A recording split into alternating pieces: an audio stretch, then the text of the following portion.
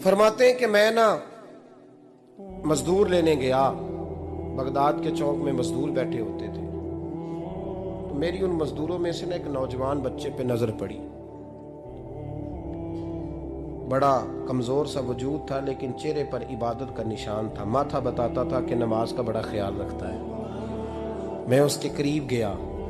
चेहरे भी बड़ा कुछ बताते हैं ना, चेहरों में भी बड़ी रानाई होती है। फरमाते हैं मैं करीब गया, मैंने उसको कहा बेटे मजदूरी करोगे? तो कहने लगा मजदूरों में बैठा हूँ तो जरूर मजदूरी के लिए ही तो बैठा हूँ। तो मैंने कहा कि चलो फिर। कहने लगा नहीं, मेरी कुछ शर्तें।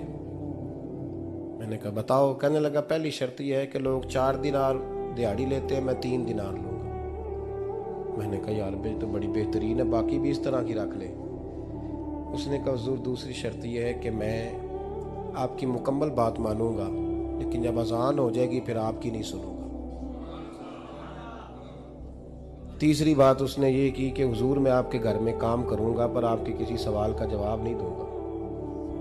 कहते मैंने कहा यार तू बड़ा अजीब है, शर्तें तो मालिकों की होती हैं। कहने लगा जी बहरहाल मैं शर्तें लगा के जाता हूँ। फरमाते मैं उसे घर ले आया, काम मैंने उसको बताया, तो जो काम मजदूर सारे दिन में करता है ना उसने 2 घंटे में ही कर दिया। हमारे मजदूर सिगरेट पीने में भी तो आधा घंटा लगाते हैं, वो चाय पीने जाएं तो पौना घंटा। वहां उनको भी तो दयानतदारी करनी चाहिए कि नहीं करनी चाहिए? ने मुआहदा किया है ना जी, तो पूरा उतरना चाहिए ना। कहते 2 घंटे में। अब काम जब बंदा शुरू कराता है तो काम और निकल आता है। कहते काम मैंने उसको और बता दिया, वो करने लगा। उसने मिट्टी निकाल के रखी थी बाहर रास्ते में, तो अजान हो गई जोर की। उसने वहीं कुदाल छोड़ी कही और चलने लगा। तो मेरा बेटा कहने लगा इसको जरा बराबर कर दो। कहने लगा चुप कर जा, तेरे बाप से बात हुई थी, जब अजान होती है तो मैं किसी और की नहीं सुनता, सिर्फ अल्लाह रसूल की सुनता हूँ। कहते मस्जिद चला गया, नमाज पढ़ के आया तो दोपहर का वक्त था। मेरी बीबी कहने लगी इसको को खाना खा ले। कहते हमने कहा खाना खा लो। तो कहने लगा मैंने रोजा रखा, रमजान भी नहीं था, नफली रोजा रखा हुआ। फरमाते हैं शाम हुई, मैंने 3 दिनार दिए। तो मैंने कहा तेरा नाम क्या है? कहने लगा मैंने आपसे कहा था मैं किसी सवाल का जवाब नहीं दूंगा। तो वो चला गया। अगले दिन मैं फिर लेने गया उसे, काम कुछ और निकल आए। तो लोगों ने बताया वो सिर्फ हफ्ते वाले दिन आता है। मैंने कहा क्यों? कहने लगे जी वो कहता है मेरा हफ्ते का खर्चा 3 दिनार है, जब 3 दिनार कमा लेता हूं तो बाकी सारा टाइम अल्लाह रसूल की जिक्र में गुजार दिया करता हूं।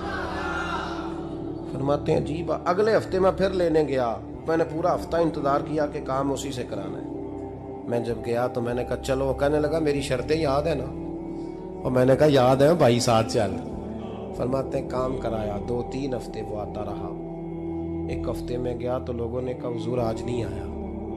क्यों? कहने लगे बीमार हो गए। कहाँ घर है? कहने लगे बगदाद के कब्रिस्तान के पीछे जो कच्ची आबादी है उसमें रहता है। फरमाते मैं गया, दरवाजे पे दस्तक दी तो कहने लगा हुजूर आप हैं? दरवाजा खोला है, आ जाइए। फरमाते मैं अंदर गया तो मैंने कहा तुम्हें कैसे पता चला मैं आया हूँ? कहने लगा हुजूर अल्लाह वाले हो, आप नहीं आना था, वरना अमीर तो गरीबों का पता लेने कोई नहीं आते। कहते मैं करीब गया तो कहने लगा मैं आपका इंतजार कर रहा था, तेज बुखार है, तप रहा। जेब से कुछ पैसे निकाले, कहने लगा ये पैसे रखने। एक अंगूठी निकाली, कहने लगा हुजूर आज रात को मेरा इंतकाल हो जाएगा, इन पैसों का कफन खरीद के सुबह जनाजा पढ़ के मुझे दफन कर देना, और जब दफन करो तो ये अंगूठी लेके असर के बाद हारून रशीद के पास जाना। आप उसे कहना मैंने मिलना है, पर वो आपको टाइम नहीं देगा। आप उसको आवाज दीजिएगा कि तेरी एक अमानत है मेरे पास, फिर वो आपसे मिलेगा तो अंगूठी दे दें, फिर आप मेरी तरफ से फारिग हैं। हजरत फरमाने लगे तेरा नाम? और कहने लगा हुजूर वक्त थोड़ा है,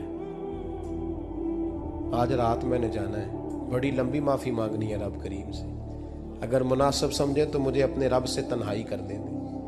फरमाते हैं मैं आ गया, पर उसकी बातों ने मुझे सारी रात सोने नहीं दिया। फरमाते सुबह बड़ी मुश्किल से सूरज निकला, मैं गया, दरवाजे पे हाथ रखा तो दरवाज़ा खुला हुआ था। अंदर दाखिल हुआ तो खुशबुएं मेरा इस्तकबाल कर रही थी। जब चेहरे से कपड़ा हटाया तो उसका तो इंतकाल हो चुका। इंतकाल हो चुका है, ऐसे जैसे किसी का दीदार करके सोया। कहते मैं तो 2 आदमी ले गया था जनाजे पे, पर पता नहीं दुनिया किधर किधर से आई, कहां से। अखा जदों मीटियां जमाना मैनू रोवेगा, अपना ते अपना बेगाना मैनू रोवेगा। फरमाते हैं मैं तो 2 बंदे ले गया था, पर पता नहीं मखलूक कहां से आई। जनाजा पड़ा, दफन किया। हारून रशीद के पास में असर के बाद गया, मैंने बुलाना चाहा पर बादशाह था, मेरी तरफ देखा ही नहीं।